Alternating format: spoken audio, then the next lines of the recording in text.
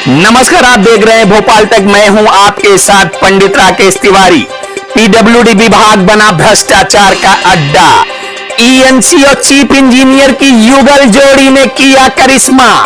चहेतों को टेंडर दिलाने के चक्कर में केंद्र और राज्य सरकार की नियमावलियां तक बदल डाले। क्यूसीबीएस प्रक्रिया से टेंडर में फाइनेंशियल बिड में सबसे कम रेट देने वाली LN. Malviya Infra projects limited ने मारी थी बाजी, लेकिन लक्ष्मी की चकाचौंध ने अफसरों को बनाया नकारा। बिड में सबसे ज्यादा रेट भरने वाली कंपनी को दे दिया टेंडर। सबसे कम रेट भरने वाली कंपनी को नकार दिया गया। पुल बनाने की टेंडर प्रक्रिया में दोनों अधिकारियों ने लक्ष्मी के बीच में बनाया जबरदस्त पुल। सरकार को बनाया 100% फूल। सरकार को लगा राजस्व का चूना, अधिकारियों का धन हो गया दुगुना। यह हम नहीं कहते, लोकायुक्त में पहुंचा शिकायती पत्र, अफसरानों के गले की बन गई फांस। लोकायुक्त ने लिया संज्ञान, जांच हुई प्रारंभ। दोनों अफसरान जा सकते हैं सलाखों के पीछे। देखिए विस्तृत एक्सक्लूसिव रिपोर्ट भोपाल तक पर।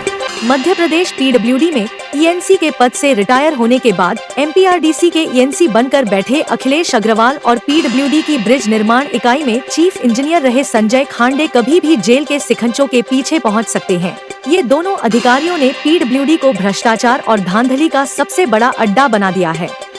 मामला पीडब्ल्यूडी द्वारा ग्वालियर में बनाए गए 92 पुलों के निर्माण हेतु बुलाए गए निविदा अर्थात टेंडर प्रक्रिया में गड़बड़ी को लेकर है। इस काम के लिए 3 कंपनियों ने टेंडर भरा। फरीदाबाद की Angels India consulting engineers private Limited, Mumbai की TPF Engineering Company Private Limited और भोपाल की LN. Malviya Infra Projects Private Limited. Faridabad और मुंबई की कंपनियों ने टेंडर में रेट हाई भरा अर्थात 2 करोड़ 70 लाख में काम करने को तैयार हुई, जबकि भोपाल की एल.एन. मालवीय इंफ्रा प्रोजेक्ट इसी काम को 2 करोड़ 30 लाख में करने को तैयार हो गई। निविदा शर्तों के मुताबिक टेंडर एल.एन. मालवीय कंपनी को मिल जाना था, लेकिन ऐसा हुआ नहीं।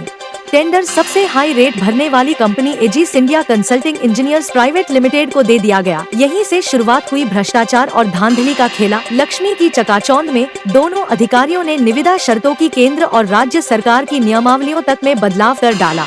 कई नई शर्तों को टेंडर प्रक्रिया में जोड़ा गया। काम के अनुभव प्रमाण पत्र ऐसे प्रक्रिया में जोड़े गए जिससे मालवीय कंपनी टेंडर प्रक्रिया से बाहर हो जाए, और हुआ भी यही। लेकिन किसी ने खूब कहा है, देर है अंधेर नहीं।